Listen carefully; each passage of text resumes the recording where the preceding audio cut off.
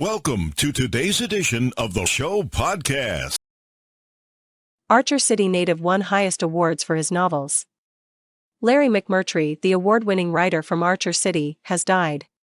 He was 84. A family spokesperson said McMurtry died Thursday night of heart failure surrounded by his loved ones who he lived with, including longtime writing partner Diana Ossana, his wife Norma Faye, and their 3 dogs.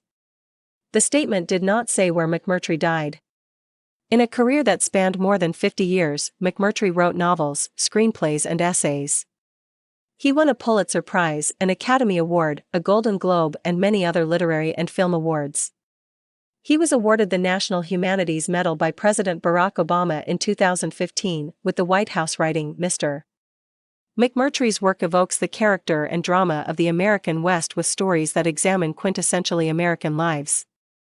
Although his fiction spans settings ranging from Hollywood to the newspaper business, he was probably best known to readers for his westerns.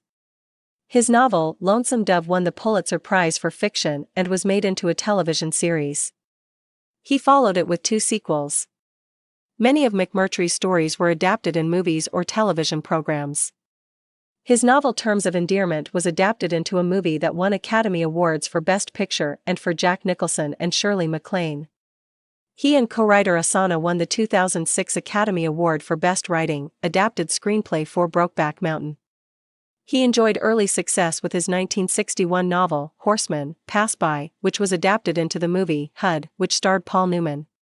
McMurtry fictionalized his hometown of Archer City for the setting of The Last Picture Show, a sexually explicit novel depicting coming of age for youth in a small Texas town.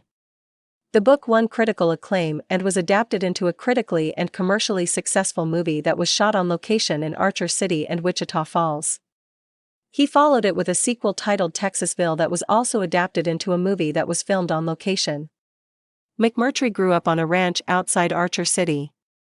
In a memoir he recalled living in a bookless household.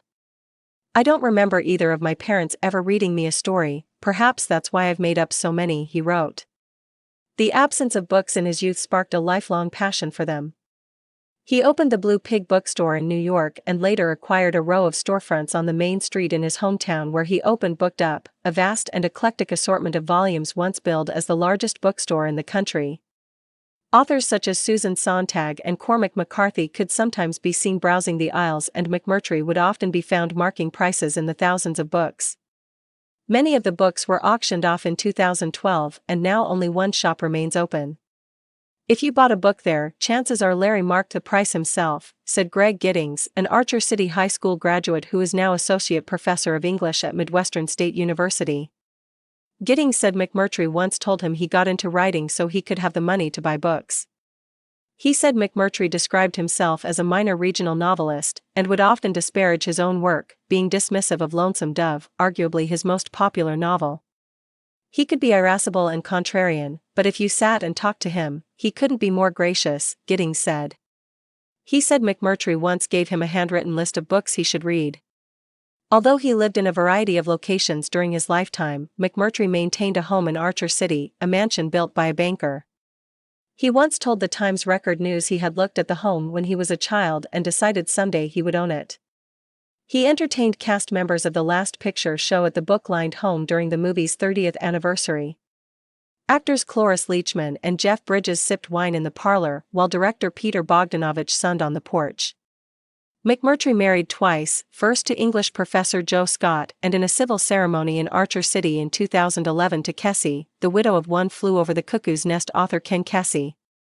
He had a son by his first marriage. "To consider the impact he had on literary world considering where he came from is absolutely astounding," Giddings said.